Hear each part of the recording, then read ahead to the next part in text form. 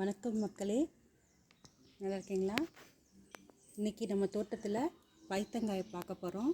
இதெல்லாம் கொட்டாங்குச்சியில் ஒரு 25 days before விதை போட்டு முளைக்க வச்சுருந்தோம். அதுக்கப்புறம் கொடி வந்தது. செடியை மாற்றணும் க்ரோ பேகுக்கு. ஒரு 6 க்ரோ பேக்கில் நம்ம பைத்தங்காய் பயிர் வச்சுருக்குறோம். அதில் பாருங்கள், பூ வச்சதே தெரியல. அழகாக இருக்குல்ல இந்த பூவு.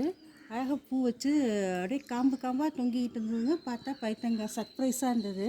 இதான் ஃபஸ்ட்டு டைம் நம்ம இதில் இது பைத்தங்காய் வச்சுருக்கிறது. 1லேருந்து 1.5 அடி இருக்கும் போல இருக்குங்க இந்த பைத்தங்காய்.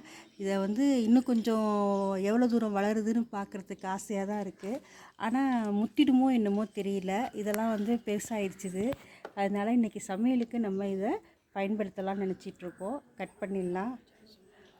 நம்ம கலவை மண் கலவை சாணம் எரு, இயற்கை உரம், தேங்காய் நார் கழிவு இதெல்லாம் போட்டு தான், இலை தலை இதெல்லாம் காஞ்சது இதெல்லாம் போட்டு தான் மண் இது பண்ணணும். அதே மாதிரி தண்ணி பாருங்கள், தண்ணி ஊற்றுறதுக்கு இப்போ வெயில் அதிகமாக இருக்கிறதுனால நம்ம முதல்ல தண்ணி சும்மா தான் ஊற்றிட்டு இருந்தோம். இப்போ இது ட்ராப்பாக இது பண்ணுறதுக்கு நம்ம வீட்டில் இருக்கிற பாட்டிலெலாம் யூஸ் பண்ணி அதில் தண்ணி ஊற்றிட்டோம்னா அது பர்ஸ் வச்சுருக்கேங்க இங்கே கீழே.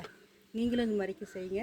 அந்த பட்ஸ் வழியாக ட்ராப்பாக தண்ணி எப்போவுமே ஈரமாக இருந்துக்கிட்டே இருக்குங்க இந்த வெயில்லையும், மண் காயாமல். நன்றிங்க. லைக் பண்ணுங்கள், ஷேர் பண்ணுங்கள், சப்ஸ்கிரைப் பண்ணுங்கள்.